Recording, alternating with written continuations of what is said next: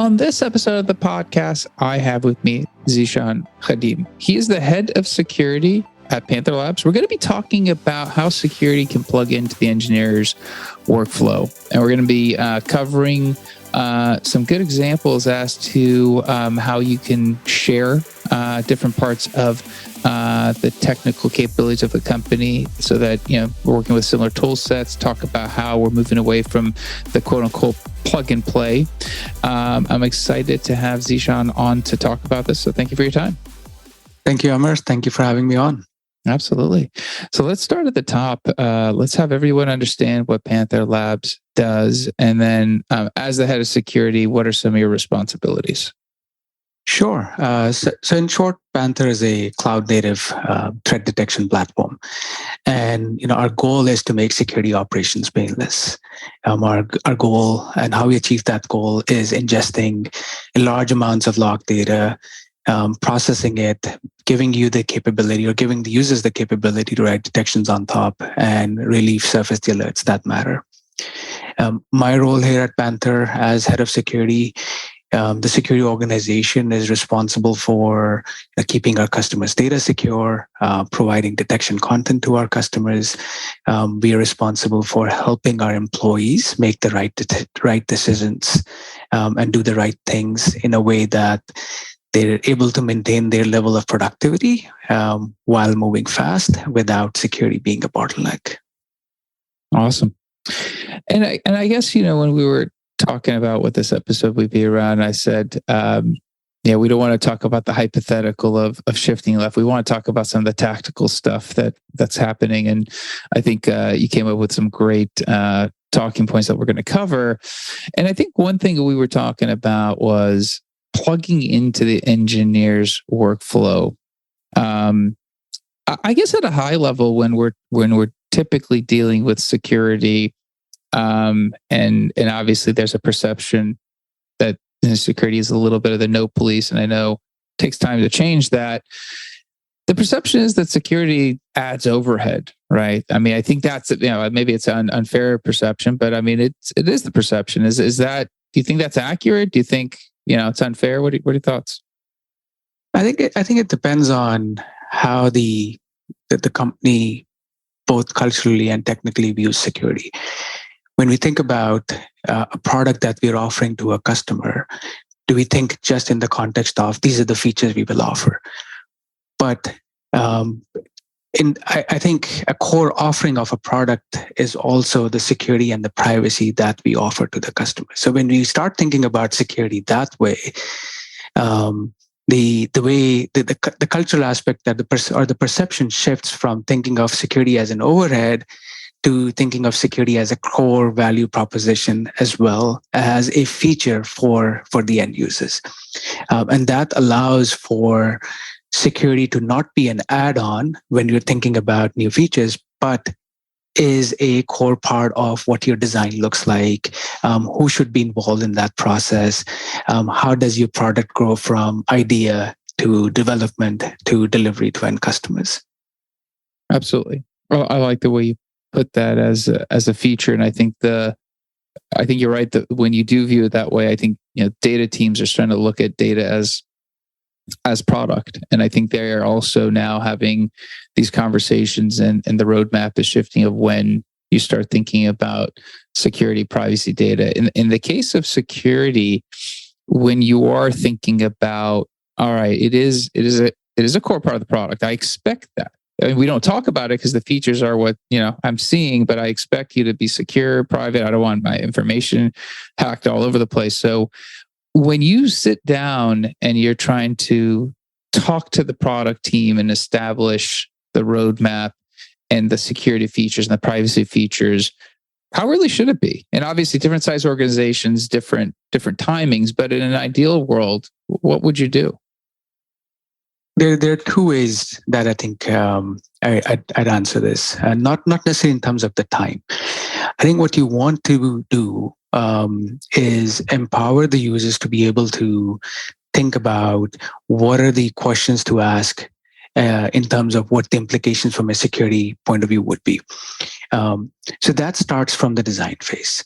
That starts when they have an idea and they're thinking about how this will translate into an actual working product or a solution or a feature.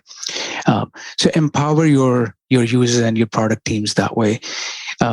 The other way, when we think about when to involve the security team, it doesn't have to be right at the start. Like, it's tempting to say involve us right when you're starting to think about something. I think it's really important to think about the challenges that will come with that, both in terms of scale and visibility. There's no way, if you want to put a human security engineer in that process, you will scale. So that's where the aspect of empowering users to self-guide, make those decisions themselves when we should go deeper with the security team.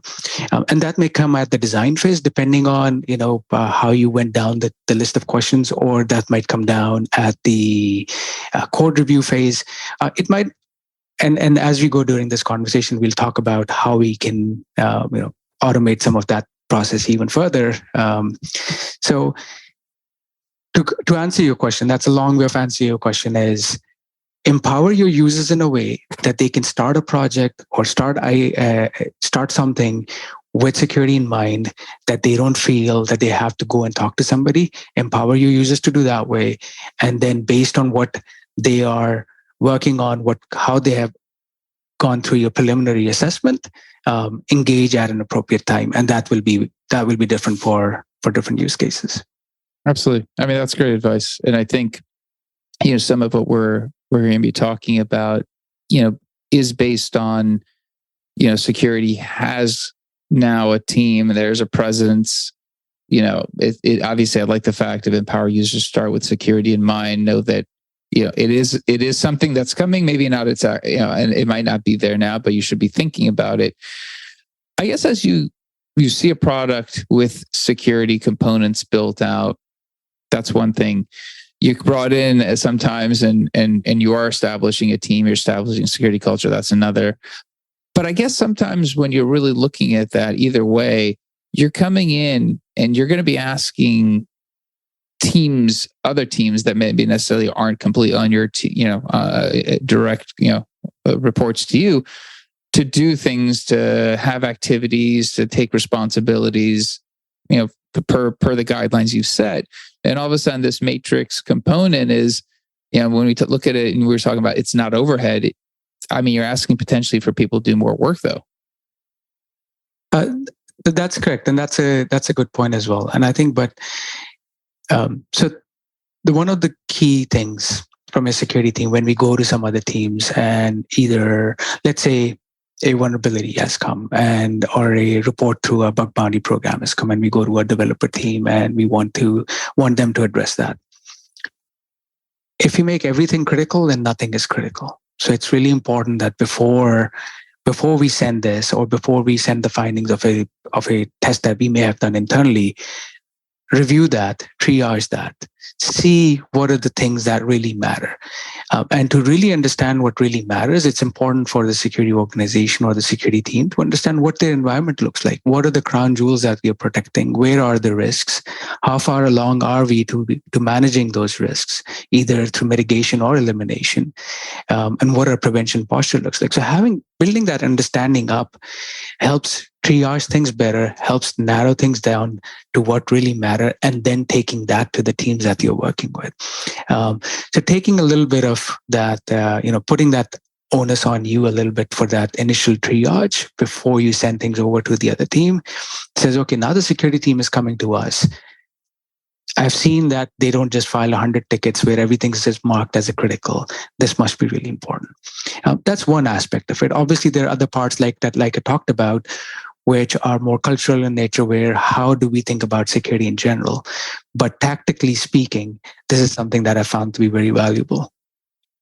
Yeah, that's certainly interesting, because I think what you mentioned was to understand what the crown jewels are, what you should be protecting, because basically what I'm hearing is not every security concern is going to go top of the list. You can't give a list of 100 things and say they're all the top priority, whatever your priority nomenclature is.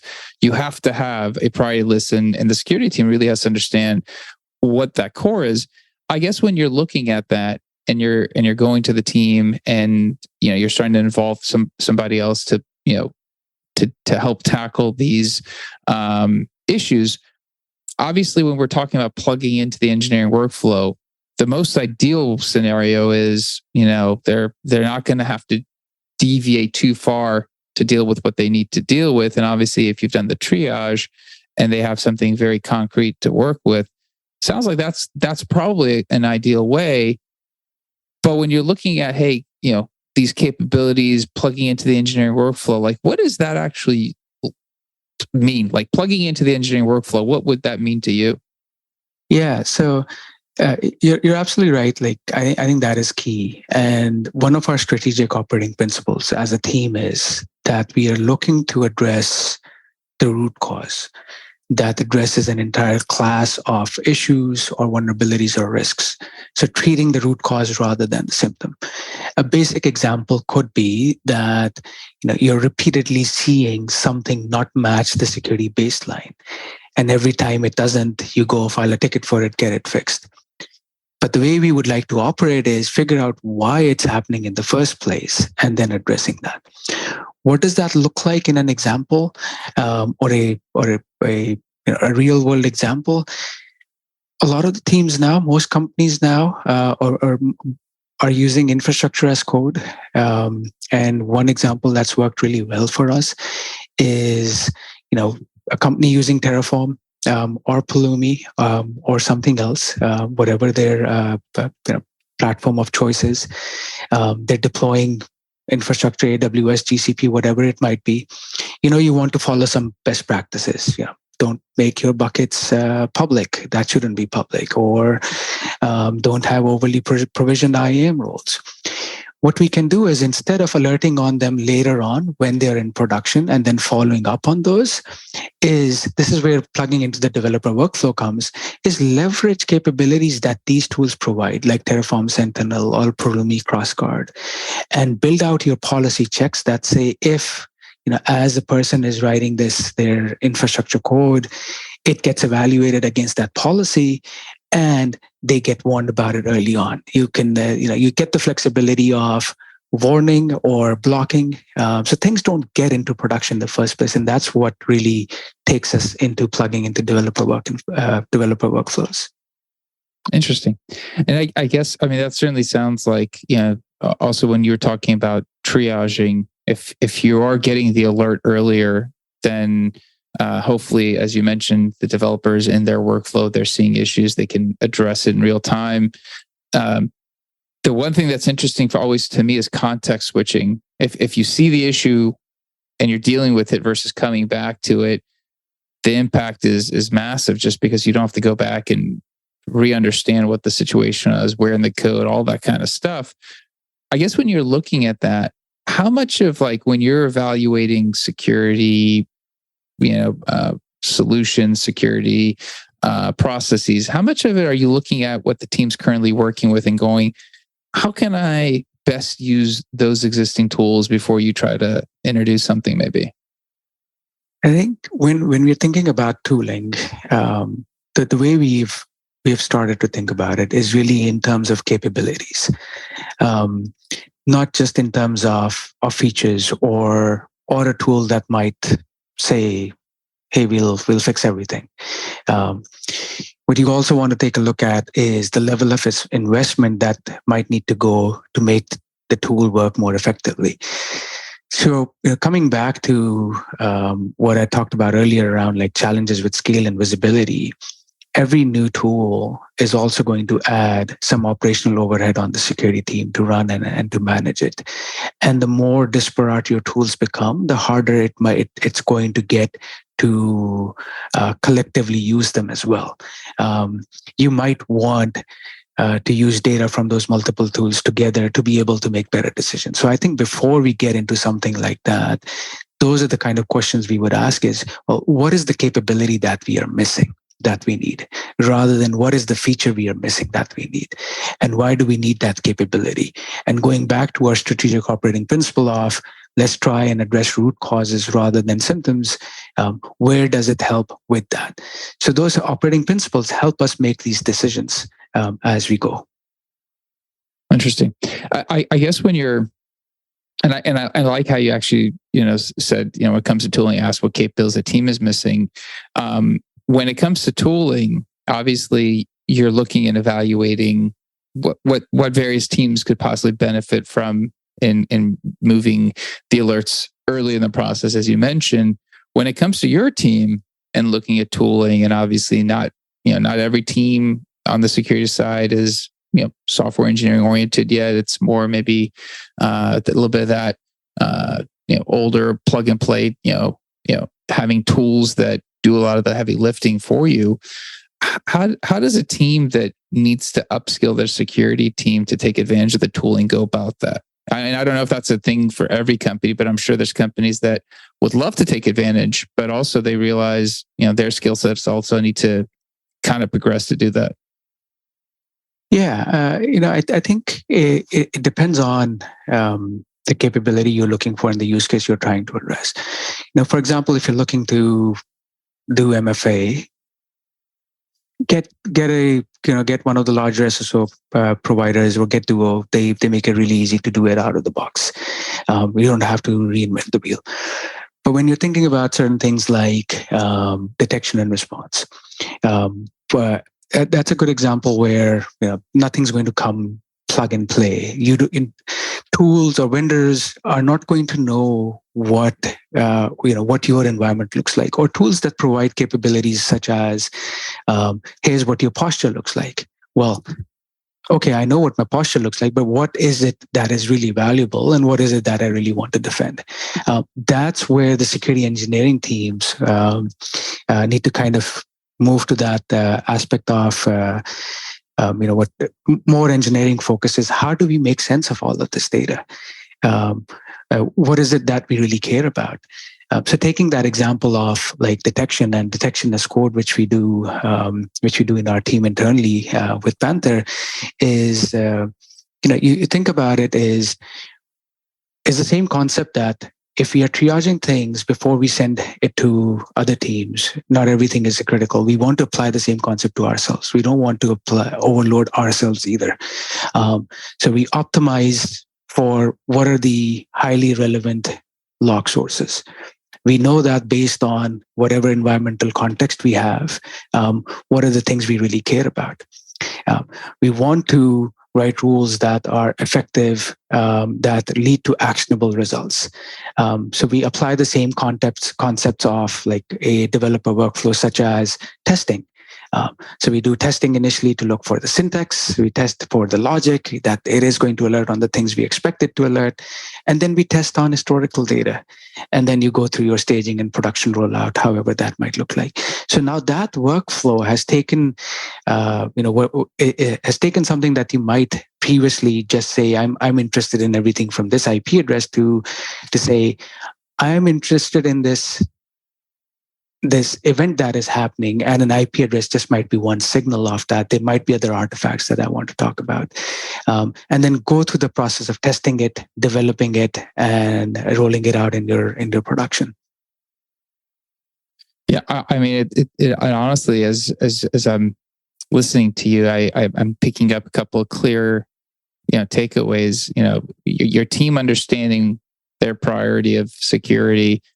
I mean, it goes without saying, but truly understanding which of those, because obviously if you understand the root around those, your downflow channels are going to be a lot simpler, because you impact a lot of the various aspects you've mentioned. I guess the one question I was going to ask you is, when your team is kind of going through the process of, working with the engineering teams and helping, let's say, take advantage of capabilities within infrastructure, tooling, Terraform, what it might be, and you're working with them, at some point, is there a notion that your team actually could develop some of those capabilities and do the work, or would that be a little bit challenging, because obviously there still is an engineering team and having them do it? And I know, DevSecOps is coming about for a variety of reasons as well, but are some of those capabilities best in the hands of certain engineering teams and not in security potentially? I think it really depends on the makeup of your security team and your engineering organizations. I think in some cases it may make sense to share that that workload in order to move fast. I think what's important is to have clear roles and responsibilities and ownership for long-term maintenance of these things. But in terms, there may be cases in order to move fast, the security team comes in. I do believe in the fact that, as we move to more engineering-focused security teams, we aren't just coming with, here's a policy, go implement it. We want to come with capabilities that say this will help implement these policies, and this is how we do it. And that's plugging into the developer or the engineering workflow doesn't necessarily just mean, again, here's a policy, we want to move it earlier in the process, please figure it out. No, here's how we do it, here's a template. So speaking of templates, that's a good example where a security team can immediately contribute. If you're familiar with whatever is being used as infrastructure as code, write a template that's reusable. Or on the application security side of things, write frameworks, reusable frameworks that will make sure that your developers aren't going to introduce the common application security errors. So that's what I really mean by come with capabilities that help your developer teams. And how that functions in who's doing what aspect, I think that will depend on the organization. Absolutely. I guess you mentioned engineering. There's an engineering footprint in everything now, whether it's everything is a specialized form of software engineering, whether it's the data side has data engineering that pretty much as software engineers who deal with data. You have DevOps is pretty much become the same thing, platform engineering.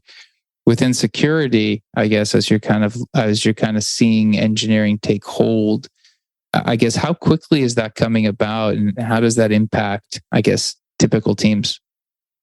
I think for security in general, it's still a data problem. The types of data and the volume of data, they are growing exponentially with the move to cloud infrastructures being able to be scaled up really quickly, more SaaS products being used. So now your data is not just increased in volume, but it's now distributed across multiple platforms that may or may not you may or may not be able to correlate data against. So you need platforms where you're able to do so. From a security engineering perspective, similar to those other functions you mentioned, it is a data. I wouldn't say a data problem, but it is at the core of it is the data. Yeah, and I mean, within the security space, I don't know what the figures are. I'm sure they're staggering. The volume of data being captured with all the cloud, not only the cloud, data points, but also all the mobile devices. I mean, everything that's you guys can capture to discern, that's got to be staggering. Absolutely, which is again why it's really important to think about what are your high value logs. What is the high value or relevant data that you care about? It's very easy to just drown in a lot of data. Absolutely. Well, Zeeshan, I appreciate your time. This has been awesome. I'd like to ask guests, if in a future episode somebody could either answer a specific question or cover a topic for you, if there's something you'd like to hear about. I think something that I would be interested in learning is those who have come from an experience where they've started up programs, security programs. What are the lessons they've learned that they would share with somebody like myself who is going through that process right now? Awesome. No, that's actually a good one. I'm sure there's especially when you're building up a program, either very early stage or from scratch. There's a lot of different choices to be made. I'm sure there's a lot of lessons learned there. So that's a good one. If somebody wants to reach out to you to talk about anything you said on the podcast, what is a good way of getting a hold of you? Yeah, so they can reach out to me on LinkedIn, and I can share my LinkedIn profile, or I'm fairly easy to find. Okay, we'll make sure that URL is on the show notes. So if anyone does have a question, they can reach out to you. Thanks again for being on. I appreciate your time. Thank you, Amar. Thank you for having me on. I appreciate it. Absolutely. That's it for this episode. We'll be back again, different guest, different topic. Until then, two things. One, if you know someone or you yourself would like to speak about the lessons learned in building up a security program, either from scratch or super early stage, I'd love to have you on to talk about that. And if the podcast is useful, if you like it, share it. Put a review into Google or Apple or whatever platform you listen to. That's how all these podcasts distribute it. And that's kind of how we've gotten to grow. And I appreciate everyone who does that. Until next time, thank you and goodbye.